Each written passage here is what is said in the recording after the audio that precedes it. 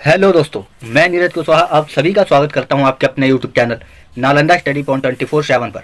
तो जैसा कि आप सभी को पता है, हम सुबह 11:30 बजे एक आर्मी स्पेशल जीके के बैच को चला रहे हैं, जिसमें हम आपके army GD, tradesman, technical, clerk, medical, SKT, NA आदि सभी एग्जाम्स के रिटर्न की पूरी तैयारी को करा रहे हैं, जिसमें हम आज कुछ महत्वपूर्ण साइंस के प्रश्नों को देखेंगे। तो आइए आज की क्लास को शुरू करते हैं। तो देखते हैं पहला प्रश्न। नमकीन क्षेत्र में होने वाली वनस्पतियों को क्या कहा जाता है? तो देखिए इसे हेलोफाइटस कहा जाता है। क्या हेलोफाइटस? अब देखते हैं इसमें अगले प्रश्न को। पौधे का कौन सा भाग श्वसन करता है? तो देखिए पौधे का पत्तियां श्वसन करती हैं। क्या पत्तियां? ठीक है, पौधे में पत्तियां जो होती हैं वह श्वसन का कार्य करती हैं। अब देखते हैं इसमें अगले प्रश्न को। केला और नारियल कैसे फल हैं? तो देखिए यह बीज पत्री फल हैं। कैसे बीज पत्री फल हैं? अब देखते हैं इसमें अगले प्रश्न को। सिनकोना के पौधे के तने की छाल से क्या प्राप्त होता है? तो देखिए इससे कुनैन प्राप्त होता है। क्या? कुनैन। ठीक है, अब देखते हैं इसमें अगले प्रश्न को। बीज के अंकुरण में क्या महत्वपूर्ण होता है? तो देखिए इसमें महत्वपूर्ण होता है हवा, नमी, उपयुक्त तापमान। क्या? हवा, नमी और उपयुक्त तापमान। अब देखते हैं इसमें अगले प्रश्न को। यीस्ट और मशरूम क्या होते हैं? तो देखिए यह फफूंद या फंगाई होते हैं। क्या? फफूंद या फंजाई। अब देखते हैं इसमें अगले प्रश्न को। कीटों के विज्ञान के अध्ययन को क्या कहा जाता है? तो देखिए इसे एंटोमोलॉजी कहा जाता है। क्या? एंटोमोलॉजी। एंटोमोलॉजी कीटों के अध्ययन के विज्ञान को। अब देखते हैं इसमें अगले प्रश्न को। फल विज्ञान के अध्ययन को क्या कहते हैं? तो देखिए इसे पोमोलॉजी कहा जाता है। क्या? पोमोलॉजी। पोमोलॉजी। अब देखते हैं इसमें अगले प्रश्न को। पुष्प विज्ञान के अध्ययन को क्या कहते हैं? तो देखिए इसे फ्लोरिकल्चर कहते हैं। क्या? फ्लोरिकल्चर। फ्लोरिकल्चर। अब देखते हैं इसमें अगले प्रश्न को। सब्जी विज्ञान के अध्ययन को क्या कहा जाता है? तो देखिए इसे ओलेरीकल्चर कहते हैं। क्या? ओलेरीकल्चर। ओलेरीकल्चर। अब देखते हैं इसमें अगले प्रश्न को। आंख का वह भाग जिसमें वर्णक होल होता है तथा जो किसी व्यक्ति की आंख का रंग निश्चित करता है, उसे क्या कहा जाता है? तो देखिए इसे आइरिस कहा जाता है। क्या? आइरिस। आइरिस। अब देखते हैं इसमें अगले प्रश्न को। अमोनिया को नाइट्रेट में बदलने में कौन भूमिका निभाता है? तो देखिए इसमें भूमिका निभाता है नाइट्रोसोमोनास। क्या? नाइट्रोसोमोनास। अब देखते हैं इसमें अगले प्रश्न को। जीनोम चित्रण का संबंध किसके चित्रण से होता है? तो देखिए यह जीन्स यानी गुणसूत्रों के चित्रण से होता है। अब देखते हैं इसमें अगले प्रश्न को। बारूदी सुरंगों का पता लगाने के लिए कौन उपयोगी होता है? तो देखिए इसके लिए उपयोगी होता है पंतगा। क्या होता है? पंतगा। अब देखते हैं इसमें अगले प्रश्न को। एजोला, नीला हरा शैवाल एवं एल्फा एल्फा किसके रूप में प्रयोग होते हैं? तो देखिए यह जैव उर्वरक के रूप में प्रयोग होते हैं। किसके रूप में? जैव उर्वरक के रूप में। अब देखते हैं इसमें अगले प्रश्न को। कौन एक समय एक आंख से आगे की ओर तथा उसी समय दूसरी आंख से पीछे की ओर देख सकता है? तो देखिए यह होता है गिरगिट। क्या होता है? गिरगिट। अब देखते हैं इसमें अगले प्रश्न को।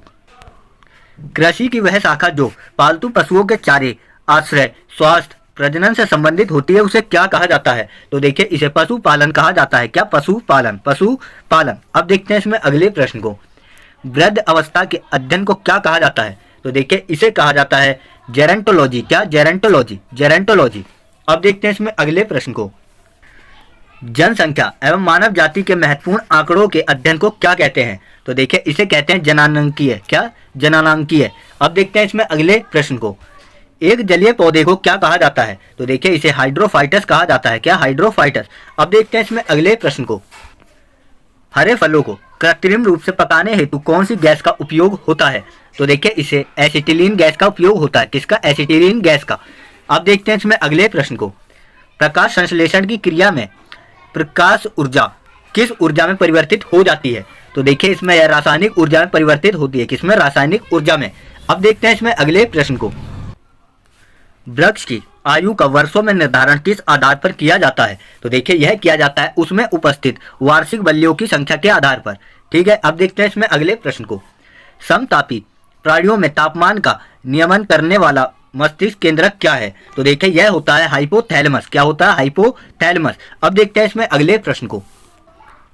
हमारी जीभ पर स्वाद कलिकाएं जो खट्टे का ज्ञात करती हैं, जीभ के किस भाग पर पाई जाती हैं? तो देखिए यह जीभ के पार्श्व भाग पर पाई जाती हैं। किस पर? पिछले भाग पर। अब देखते हैं इसमें अगले प्रश्न को। मृदा को नाइट्रोजन से भरपूर करने वाली फसल कौन सी है? तो देखिए यह है मटर की फसल या दलहन फसल। अब देखते हैं इसमें अगले प्रश्न को। मस्तिष्क का जो भाग बुद्धि का भाग कहलाता है, उसे विज्ञान भाषा में क्या कहा जाता है? तो देखिए इसे कहा जाता है सेरिब्रम या हेमिस्फीयर, क्या सेरिब्रम या हेमिस्फीयर। अब देखते हैं इसमें अगले प्रश्न को।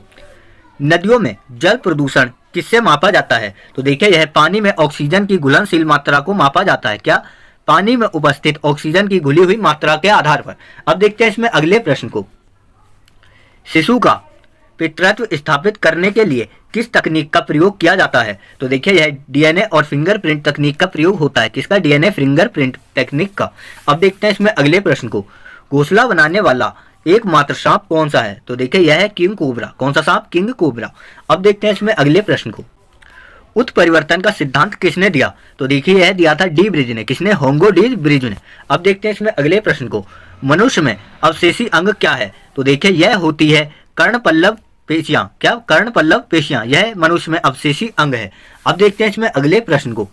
प्याज की खेती कैसे की जाती है। तो देखिए यह की जाती है पौधे प्रतिरोपण के द्वारा। किसके द्वारा, पौधे प्रतिरोपण के द्वारा। अब देखते हैं इसमें अगले प्रश्न को। जीव विज्ञान का जनक कौन है। तो देखिए यह है अरस्तु। कौन, अरस्तु। अब देखते हैं इसमें अगले प्रश्न को। चावल की फसल के लिए कौन अच्छे जैव उर्वरक कहलाते हैं।